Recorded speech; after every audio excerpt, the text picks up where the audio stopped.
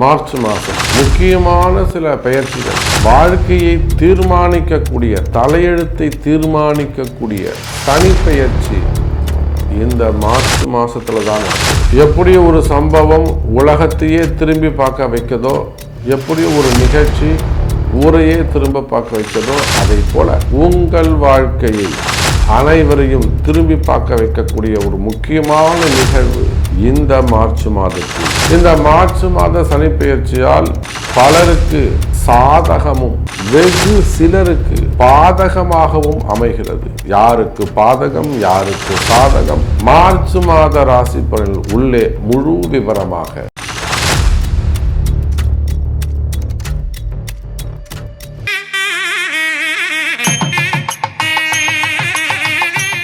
கடவுளருள் TV நேயர்கள் அனைவருக்கும் உங்கள் தாம்பரம் வாராகி ஈசனேசன் சுவாமியுடைய நல்லாசிகள், வாழ்த்துக்கள். ஜெய் வாராகி, ஜெய் ஜெய் வாராகி. மார்ச் மாத ராசி பலன்கள். இந்த மார்ச் மாதம் ஒரு முக்கியமான மாதமாக அமைகிறது. என்னென்னா, ஒரு மிகப்பெரிய மாற்றம், கிரக மாற்றம், சனிப்பெயர்ச்சி நடைபெறுகிறது. திருக்கணிதப்படி ஒரு வருஷத்துக்கு முன்னாடியே அது நடந்திருந்தாலுமே கூட, 1.25 வருஷத்துக்கு முன்னாடி நடந்திருந்தாலுமே கூட, இந்த சனி பயிற்சி ரொம்ப முக்கியம். காரணம்னா, வாக்கியப்படி நடக்குது, கோவில் அனுஷ்டானங்கள். ஏன்னா கோவிலில் நடக்கக்கூடிய எல்லா பூஜைகளும் வாக்கிய பஞ்சாங்கத்தின்படி தான் நடைபெறுகிறது. அப்போ சாமிக்கு சாநித்தியம் எப்போ கூடும்னா, இந்த மாதிரியான வாக்கியப்படி நடக்கக்கூடிய பெயர்ச்சிகள் தான் சாமிக்கு சாநித்தியம் கூடும். அப்போது இந்த மார்ச் மாதம் ரொம்ப ஒரு முக்கியமான, கவனம் செலுத்தக்கூடிய, உன்னிப்பாக கவனிக்கக்கூடிய ஒரு மாதம். எல்லாருக்குமே, உங்களுக்குன்னு இல்லை, எல்லாருக்குமே ஒரு உன்னிப்பாக கவனிக்கக்கூடிய மாதம். அதுவும் அந்த சனி பகவான் தன்னுடைய வீட்டிலிருந்து குருவுடைய வீட்டுக்கு போகிறார். இது சுபத்துவமான பெயர்ச்சி, நம்ம அப்படி கூட சொல்லலாம். இது ஒரு சுபத்துவமான பெயர்ச்சி, தப்பு கிடையாது. குருவுடைய வீட்டுக்கு போகிறாரு, குரு கேந்திரத்தில் இருக்க போகிறாரு, குரு திரிகோணத்தில் இருக்க போகிறாரு. குரு பெயர்ச்சி ஆனாலுமே கூட திரிகோணத்தில் இருக்க போகிறாரு, சனியோட தொடர்பை ஏற்படுத்திக்க போகிறாரு. அப்போ பொதுவாக இந்த வருஷம் எல்லாருக்குமே நல்லா இருக்க போகுது. நம்ம யாராக இருந்தாலும், எந்த ராசியாக இருந்தாலும், இந்த சனி பயிற்சியை பாருங்கள். இந்த மார்ச் மாதம் 6ஆம் தேதி சனி பயிற்சி நடக்குது. ஆனால் மார்ச் 15ஆம் தேதி சூரியன் வந்த உடனே சனி பகவான் அஸ்தங்கமாகி விடுகிறார். அப்போ மார்ச் மாதம் பூரா சனி செயலிழந்து இருப்பார். அப்போ யாருக்கெல்லாம் இந்த சனி பகவானால் பிரச்சனை இருக்கோ, மேஷராசி என்பர்கள், ரிஷபராசி என்பர்கள், சிம்மம், கன்னி, விருச்சகம், தனுசு, கும்பம், மீனம், யாருக்கெல்லாம் இந்த சனி பகவானால் பிரச்சனை இருக்கோ அவங்க எல்லாருக்குமே கூட இந்த மார்ச் மாதம் நல்லா இருக்க போகுது. ஏன்னா சனி பகவான் அஸ்தங்கம், செயலிழந்து விடுவார். அவரால் யாருக்கு இம்சை இருக்கோ, சனியால் யாருக்கு பிரச்சனை இருக்கோ அவங்களுக்கெல்லாம் ஃபேவரபுளாக மாறிடும். சரி, அப்போ சனிக்கு நன்மை செய்யக்கூடிய ராசிகள்னு ஒரு 4 பேர் இருப்பாங்களே, மிதுனம், கடகம், துலாம், மகரம். அவங்களுக்கும் எந்த பாதகமும் சாதகமும் இல்லை, பாதகமும் இல்லை. அப்போ ஓவராலாக நம்ம பார்க்கும்போது இந்த மார்ச் மாதம் நம்ம எல்லாருக்குமே, 12 ராசி அன்பர்களுக்குமே சிறப்பை தரக்கூடியதாக அமைகிறது. அதோடு மட்டுமல்ல, முக்கியமான வாழ்க்கையில் முக்கியமான மாற்றங்கள் ஏற்படக்கூடிய மாதம். அதே முக்கியமான மாற்றங்கள்னு சொல்கிறோம். சனி கொடுப்பார், யார் தடுப்பார்? சார், சனி பகவானாக பார்த்து ஒரு நல்லது செய்கிறாருன்னா அது யாரும் தடுக்க முடியாது. அப்பேற்பட்ட ஒரு நல்ல இடத்தில், உயர்ந்த ஸ்தானத்தில் சனி பகவான் பெயர்ச்சி அடையக்கூடிய மாதம் இந்த மார்ச் மாதம். அதோடு கூடிய குருவுடைய வீட்டில் சூரிய பகவான், அதே போல் அவரோட சுக்கிரன், இந்த செவ்வாயும் ராகுவும் புதனும் மட்டும் கும்பத்தில் இருக்காங்க. மீது 5 கிரகங்கள் மீனராசியில் போய் உட்காந்துக்கிறாங்க. அப்போ இந்த மாதிரி இந்த கிரக அமைப்புகளை வைத்து ஓரளவு சொல்லிட்டேன், எல்லாருக்குமே நல்லா இருக்க போகுதுன்னு சொல்லிட்டேன். ஆனால் ஸ்பெசிஃபிக்காக உங்கள் ராசிக்கு எப்படி இருக்குது, என்ன முக்கியமாக என்ன விஷயம் நடக்க போகுது அப்படிங்கிறத பார்த்துடலாம் வாருங்கள். அன்பார்ந்த மிதுன ராசி அன்பர்களே, மிதுனத்துக்கு மார்ச் மாதம் மிகப்பெரிய வளர்ச்சி காத்திருக்குது. ஒரு சாதாரணமாக ஒரு பூ வியாபாரி, அந்த பையன் ஒரு 29 வயசுலேருந்து 30 வயசுக்குள்ளே தான் இருக்கும். ரெகுலராக சின்ன வயசாக இருந்தாலுமே கூட நம்மிடத்திலே ஒரு மிகுந்த ஒரு அபிமானம், நல்ல மதிப்பு, மரியாதை உண்டு. கோவிலுக்கு வந்தாலும் சரிதான், தரிசனம் பண்ணும்போதும் சரிதான், எப்பயும் என்கிட்ட ஒரு எலுமிச்சம்பழம் வாங்கிட்டு போவார் கோவிலுக்கு அந்த மாதிரி ஒரு நல்ல மதிப்பு மரியாதை மிக்க ஒரு அன்பு உள்ளம். வயசு சின்ன பையனாக இருந்தாலும் பக்தி அதிகம். ஆனால் பார்க்கும்போதெல்லாம் சொல்லுவான், சாமி எனக்கு இந்த மாதிரி இவ்வளோ கடன் ஆகிடுச்சு, வெளியில் கொடுத்தேன், ரொட்டேஷன் கொடுத்தேன், எனக்கு வரலை, எவ்வளோடா வரணும் அப்படின்னாக்கா 28 லட்சம். என்னப்பா பண்ணேன், தண்டல் தான் சாமி கொடுத்த, வெளியில் தான் பாதி பேர் காணாமல் போயிட்டான். பணம் வாங்குறாங்க, 6 மாதம் இருக்கிறாங்க, அப்புறம் காணாமல் போயிடுறாங்க. ஆளே இருக்கிற கடையை மாற்றி விட்டு போயிடுறாங்க. கேட்டால் அது என் கடை, அவங்க இல்லை, அவங்க கொடுத்துட்டு போயிட்டாங்கிறாங்க. இப்படியெல்லாம் ஏமாற்றம். எவ்வளோ? 28 லட்ச ரூபாய். அப்போது சரிப்பா சரியாகும், சரிப்பா சரியாகும், ஏதாவது அதிர்ஷ்டம் நடக்கும்டா அப்படின்னு நானும் அதை வாழ்த்துவது உண்டு. அப்போது இப்போ சமீபமாக சபரிமலைக்கு போயிட்டு வரும்போது அங்கே ஒரு லாட்டரி சீட்டை வாங்கி அவனுக்கு ஒரு மிகப்பெரிய பரிசு விழுந்து அந்த கடனையெல்லாம் அவன் அடைச்சிட்டான். அந்த கடனையெல்லாம் அடைச்சிட்டான்.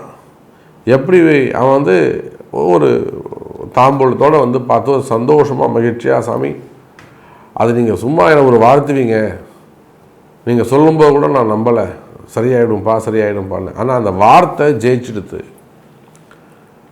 நமக்கு இருந்த கடன் பிரச்சனையெல்லாம் காலி சாமி, எல்லாமே பிரச்சனை முடிஞ்சிடுது, மீறி எனக்கு கொஞ்சம் இருந்தது, அதை வச்சு நான் புதுசாக ஆரம்பிக்க போகிறேன், நானே ஒரு சின்ன கடை போட்டு உட்கார போகிறேன் சாமி, ஒரு நல்ல நாள் பார்த்து சொல்லுங்கள் அப்படின்னு.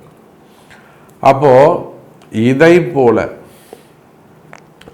உலகம் முழுவதும் வாழக்கூடிய மிதுன ராசி அன்பர்களே, உங்களுக்கு தொடர்ந்து இருந்து வரக்கூடியது. நான் உதாரணமாக சொல்கிறேன்னா, இது ஒரு சின்ன எக்ஸாம்பிள், அவ்வளோதான். மிதுன ராசிக்கு எப்படி இருக்கும், அதாவது மிதுன ராசி அன்பர்கள் கரண்ட்டாக என்ன பொசிஷனில் அவங்க இருக்காங்க, கரண்ட் சுச்சுவேஷன் என்ன, கஷ்டத்தில் எந்த மாதிரியான கஷ்டத்தில் அவங்க இருக்கிறாங்க அப்படிங்கிறத எடுத்து சொல்வதற்காகத்தான் இந்த உதாரணத்தை நான் சொன்னேன். அப்போ மிதுன ராசி அன்பர்களே, இந்த 10ஆம் இடத்திற்கு வந்திருக்கக்கூடிய சனி பகவான் மிக அற்புதமான உங்களுக்கு வேலை செய்ய போகுது. நல்ல தொழில் அமைப்பு, புதுசாக தொழில் தொடங்குவீங்க. குறிப்பாக செகண்ட் ஹேண்ட் பிஸ்னஸ் பண்ணக்கூடியவங்க, செகண்ட் ஹேண்ட் பிஸ்னஸ்னால் ஸ்கிராப்பு, காய்லாங்கடை நடத்தக்கூடியவங்க, பழைய பொருட்களை வாங்கி விற்கக்கூடியவங்க, இரும்பு சம்பந்தப்பட்ட தொழில் செய்யக்கூடியவங்க, ஹோட்டல் பிஸ்னஸ் பண்ணக்கூடியவங்க, ஆயில் இண்டஸ்ட்ரி அதில் ஒர்க் பண்ணக்கூடியவங்க, ஆயில் இண்டஸ்ட்ரியாக இருக்கலாம், புரியுதுங்களா? அதே போல் அதில் ஒர்க் பண்ணக்கூடியவங்க, இன்ஜினியர்ஸாக இருக்கக்கூடியவங்க, அப்புறம் பில்டர்ஸாக இருக்கக்கூடியவங்க, அதே போல் ஆயில் கண்ட்ரிஸ்னு சிலதெல்லாம் இருக்கும், குவைத்து, கத்தாரு, ஓமன், இங்கெல்லாம் ஆப்கானிஸ்தான், எங்கெல்லாம் இந்த ஆயில் சம்மந்தப்பட்டது வருதோ அது ரிலேட்டடாக ஜாபு, அது ரிலேட்டடாக பிஸ்னஸ் பண்ணக்கூடியவங்களாக இருக்கீங்களோ, இவங்க எல்லாருக்குமே சனியுடைய காரகத்துவம். அதே போல் செகண்ட்னா காரு, 2 வீலர் இதெல்லாம் வாங்கி விற்கக்கூடியவங்க, பஸ்ஸஸ்ஸு, டிரான்ஸ்போர்ட்டு. அப்போ சனி எங்கெல்லாம் இருக்காருன்னு பாருங்கள். இரும்பு சம்மந்தப்பட்ட தொழில் செய்யக்கூடியவங்க, அதே போல் பைலட்டாக இருக்கக்கூடியவங்க, அதில் இன்ஜினியராக இருக்கக்கூடியவங்க, ஒர்க் பண்ணக்கூடியவங்க, ஹார்ட் ஒர்க் பண்ணக்கூடியவங்க, ஐடி ஃபீல்டிலே ஹார்ட்வேர்ஸில் இருக்கக்கூடியவங்க. ஹார்ட்வேர்ஸ்னால் ஐடினா டெவலப்பராக இல்லாமல் அதையே அதுக்கு தேவையான ஹார்ட்வேர்ஸ் அந்த ஒர்க்கு பண்ணக்கூடியவங்க, ரிப்பேர் பண்ணக்கூடியவங்க. இது எல்லாம் சனியுடைய காரகத்துவம். அப்போ எதெல்லாம் சனியுடைய ஒரு கட்டுமான தொழில் இருக்கிறீங்க, ஒரு பில்டராக இருக்கிறீங்க, நீங்கள் எனக்கு சரியாக வேலை ஆட்கள் அமைய மாட்டேங்கிறாங்க, இல்லைன்னா எனக்கு பிஸ்னஸ் நல்லா இருக்க மாட்டேங்குது, பிஸ்னஸ்னால் இருக்க சாமி ஆனால் கம்ப்ளீட் பண்ண முடியல. இன்னும் சொல்லப்போனால் மல்டி பிஸ்னஸ் பண்ணக்கூடியவங்க எல்லா இடத்துலையும் வேலை இழுத்துக்கிட்டே போகுது சாமி, எங்கேயுமே வேலை கம்ப்ளீட் ஆக மாட்டேங்குது. எல்லா இடத்துலையும் வேலை இழுத்துக்கிட்டே போகுது சாமி, வேலை கம்ப்ளீட் ஆக மாட்டேங்குது. அப்போ இந்த மாதிரியான தடைகள் இருக்குமே ஆனால் கடன் சுமைகள், கடன் பிரச்சனைகள், வம்பு வழக்குகள், கோர்ட்டு கேஸு, என்கொயரிகள், டிபார்ட்மெண்ட் வைஸ் நடக்கக்கூடிய என்கொயரிகள், துறை ரீதியான நடவடிக்கைகள், சிறை தண்டனைகள், ஜாமீன் சம்பந்தப்பட்டது, பணங்காசு ஏமாற்றங்கள், குறிப்பாக ஏமாற்றங்கள் வாழ்க்கையாக இருக்கலாம், ஆண்களாக இருக்கலாம், பெண்களாக இருக்கலாம், பெண்களால் வரக்கூடிய ஏமாற்றங்கள், ஆண்களால் வரக்கூடிய ஏமாற்றங்கள். அப்போ அந்த மாதிரியான ஏமாற்றங்கள் இருக்குமே ஆனால் கவலை வேண்டாம். மிதுன ராசி அன்பர்களை இந்த மார்ச் மாதம் இன்னும் உங்கள் ஜாதகம் பார்ப்போமே ஆனால் உங்களுடைய எந்த கேள்வியாக இருந்தாலும், இப்போ ஜாதகம் பார்க்காமலே நாம் சொல்லிக்கிட்டு இருக்கோம், இன்னும் கூட ஜாதகம் பார்ப்போமே ஆனால் இன்னும் கூட தெளிவான உங்களுக்கான பரிகாரம், இது எப்போ ஜெயிக்கும், இந்த பிரச்சனை எப்போ உங்களுக்கு முடியுமா முடியாதா, இந்த பிரச்சனை தீர்றதுக்கான வழி இருக்கா இல்லையா அப்படின்னு இன்னும் கூட தெளிவாக சொல்ல முடியும். அப்போது இந்த மார்ச் மாதத்தை பொறுத்தவரையில் மிதுன ராசி அன்பர்களுக்கு ஒரு அதிர்ஷ்டமான மாதம். உங்களுடைய சங்கடங்கள், உங்களுடைய கஷ்டம், மெயினாக பண கஷ்டங்கள் விலகி, கடன் சுமைகள், கடன் பிரச்சனைகள் குறைந்து நிம்மதி அதிகரிக்கக்கூடிய மாதம். அதனால தான் இது அதிர்ஷ்டம் மிகுந்த மாதம் அப்படின்னு சொல்கிறேன். மேலும் உங்களுடைய கேள்விகளுக்கு உங்களுடைய பிறப்பு ஜாதகம் முக்கியம். இந்த மார்ச் மாதத்தை பொறுத்தவரையில் நம்ம எல்லாருக்குமே நல்லது நடக்கணும்னா, இந்த சனி பெயர்ச்சி இருக்குது, செவ்வாய் பெயர்ச்சி இருக்குது, சுக்கிரன் பெயர்ச்சி இருக்குது, சூரியன், 3 கிரகங்கள் மாறுது, 4 கிரகங்கள் மாறுது. சூரியன் மீனத்துக்கு போகிறாரு பங்குனி மாதம், சூரியன் பெயர்ச்சி இருக்குது. காலபுருஷனுக்கு 12வது வீட்டில் இருக்கக்கூடிய சூரியன், அரசியல் மாற்றங்கள் நிகழும். அதே போல் செவ்வாய், அதிகாரங்கள் இடமாறும். காவல்துறை அதிகாரிகள், ஐஏஎஸ் அதிகாரிகள், ஐபிஎஸ் அதிகாரிகள், இதெல்லாம் கூட இடமாற்றங்கள். நிறைய கவர்மெண்ட் ஆஃபீஸருக்கு இடமாற்றங்கள். அந்த ஐஏஎஸ் ஐபிஎஸ் அதிகாரிகள்லாம் ரொம்ப எச்சரிக்கையாக கவனமாக இருக்கணும். ஆமாம், உயர்ந்த பதவியில் இருக்கக்கூடியவர்கள் தங்களுடைய பதவி, அதிகாரம், இதை ரொம்ப கேர்ஃபுல்லாக, இல்லைன்னா பெரிய சிக்கலில் போய் நீங்கள் மாட்டி கை கட்டி யாரோ ஒருத்தர் செஞ்ச தப்புக்கு, யாரோ ஒருத்தருடைய திமிருக்கு நீங்கள் தலை குனிச்சு கை கட்டி பதில் சொல்ல வேண்டிய அவசியம், நிர்பந்தம் ஏற்படும். அப்போ அந்த ஐஏஎஸ் அதிகாரிகள், ஐபிஎஸ் அதிகாரிகள், காவல்துறை உயர் அதிகாரிகள், இவங்களாம் ரொம்ப கேர்ஃபுல்லாக இருக்கணும். முடியலன்னா 2 நாள் லீவ் போட்டுக்கணும். அப்போ இதை போல் உங்களுடைய ஒவ்வொரு கேள்விக்கும், இது மாதிரி எல்லாருக்கும் நிறைய கேள்விகள் இருக்கலாம். திருமணம் சம்மந்தப்பட்டதாக இருக்கலாம், குழந்தை பாக்கியம் சம்மந்தப்பட்டதாக இருக்கலாம், மெயினாக வேலை சம்மந்தப்பட்ட ஜாப் கிடைக்குமா, 40 வயசு 46 வயசு எனக்கு புதுசாக வேலை கிடைக்குமா, ஜாப் இல்லாமல் இருக்குது, ஜாப் ரிலேட்டடாக வரக்கூடிய கேள்விகள், திருமணம் சம்பந்தப்பட்ட கேள்விகள் எதுவாக இருந்தாலும் அதுக்கு உங்களுடைய பிறப்பு ஜாதகம்தான் முக்கியம். ஸோ உங்கள் பிறப்பு ஜாதகத்தை கொண்டு பார்க்கும்போது இன்னும் கூட தெளிவாக நம்மளால் ஒரு பதில் சொல்ல முடியும். இன்றைக்கி தான் நடக்கும், இத்தனாம் தேதி நடக்கும், நம்ம தேதியிட்டு கூட நம்மளால் ஒரு ஊர்ஜிதமாக ஆணித்தரமாக நம்மளால் பதில் சொல்ல முடியும்.